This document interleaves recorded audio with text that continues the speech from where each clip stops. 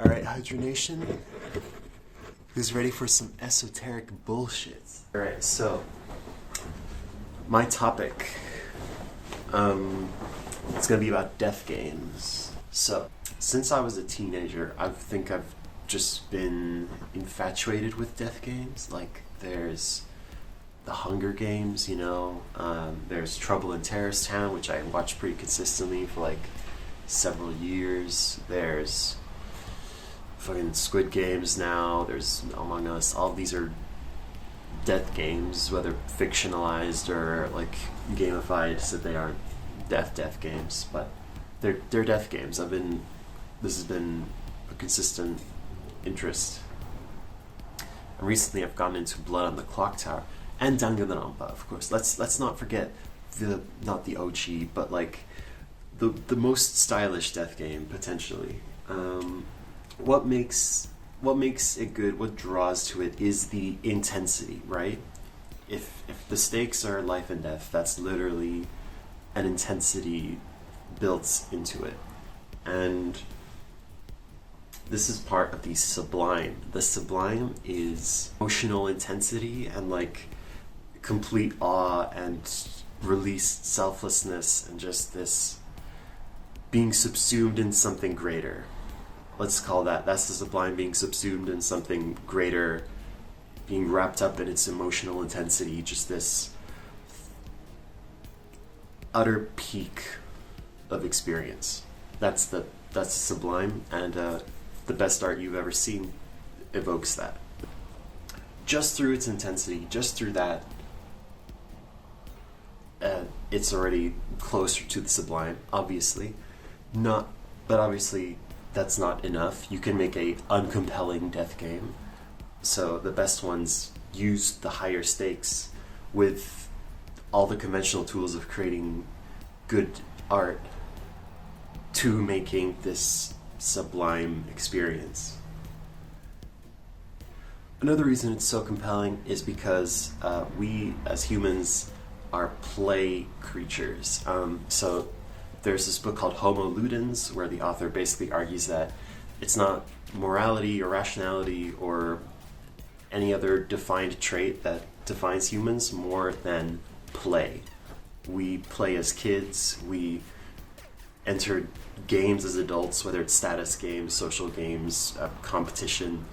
We socializing, it's all play, and which was especially more so in like earlier times before everything got so digitized and goonified. It's play. The social forms is more like a theater rather than a individualized, atomized space. Not really a space. So that's pretty cool. Play is important to us, and it certainly was more important to us in a not too distant past. And obviously, as gamers, we are aware of how cool games are. So, this just kind of fits into our nature. We are playful creatures. Of course, we'd want to play. However, some will argue that... so, does the magic circle survive the risk of death? Because you can say a lot about death games. They aren't very replayable. That's the only downside, really. You can only play them once. But that's also part of its strength. That means the stakes are high if you can only play it once. One downside, though, is that a realistic downside is that part of the reason why games are so satisfying and stuff is because they can match our abilities to a select goal to make a satisfying, with the exact right objects to make a satisfying experience. Like you can make a game where there's a brick wall and there's like this big hole in it, and you win once you squeeze through to the other end. That's a shit obstacle and not an interesting game. But as a game designer, you can make the path to that arbitrary goal as interesting as possible.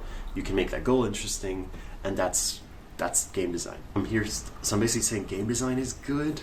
Jesus, this is rambling. so we can make that exact thing goal to there, and the easiest way to become more comfortable with that, with your abilities to overcome obstacles to reach your goal, is through practice. However, in death games, you have less practice because it's a one-time thing. You can get around it by like having warm-up games, I guess.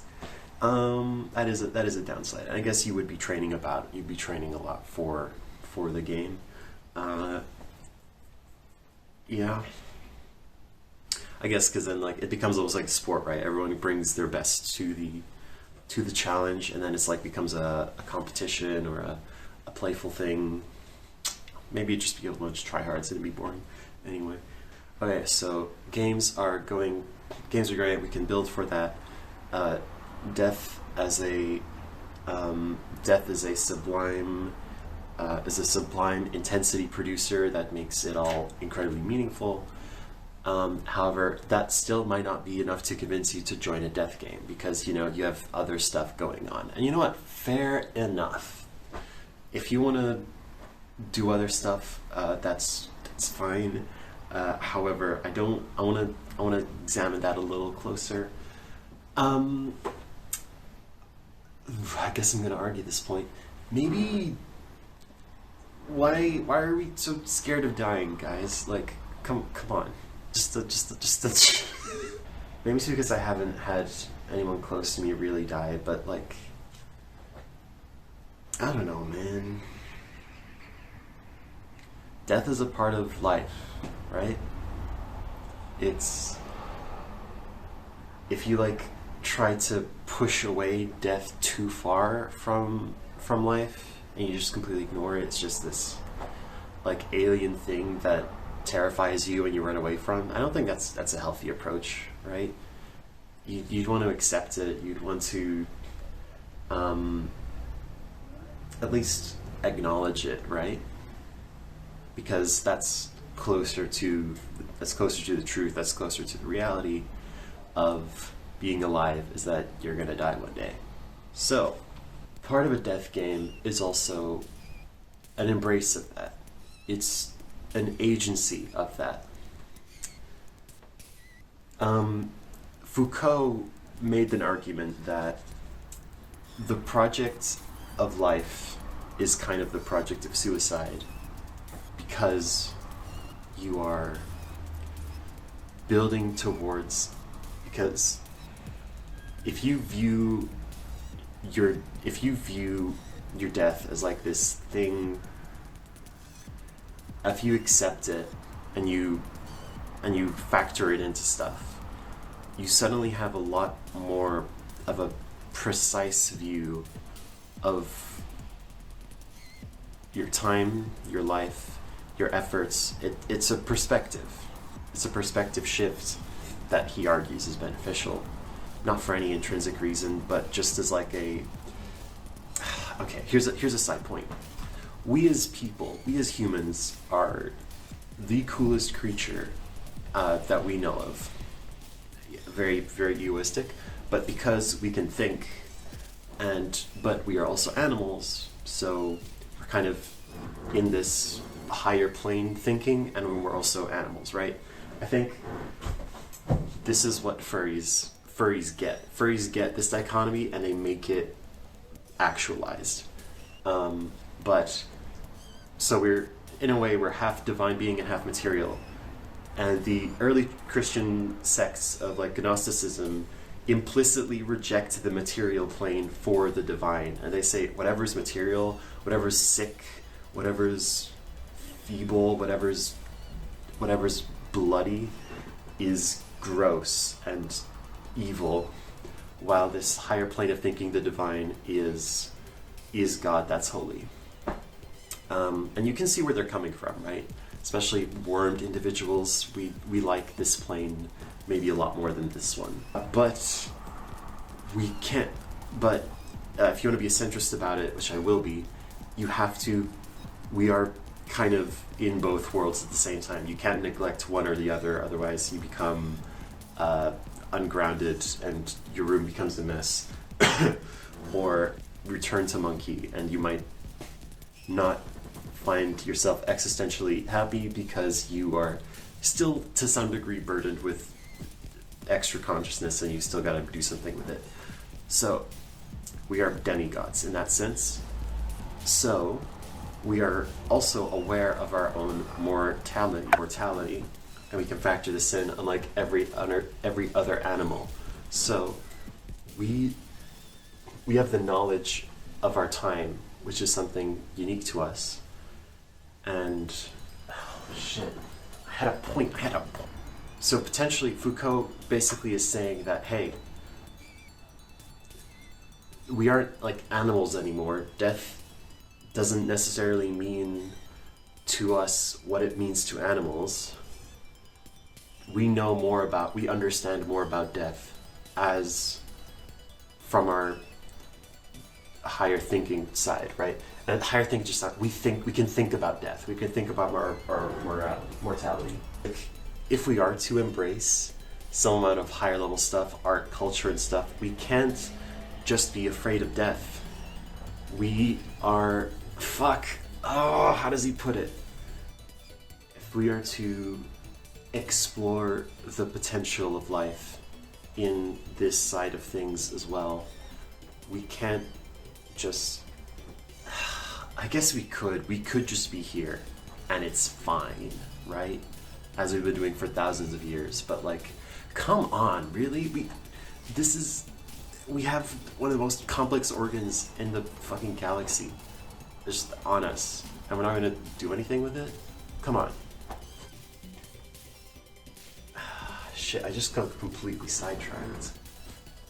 Death is good. No, it's bad. Death is a thing. Death is a part of life. If you accept that, you can act more sovereignly. You can be more free in your actions without being like caught in an animalistic fear of death. We can value things more than simple life.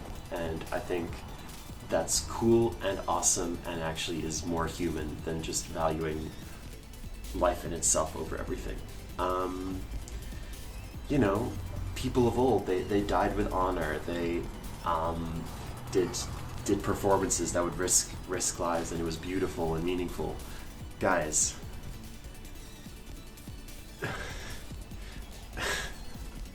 this obsession with life, I don't fuck with it. I don't fuck with it. And I did just make a whole game about how suicide was bad, but it wasn't really about suicide. So if I make another game, it might be a bit of a different message.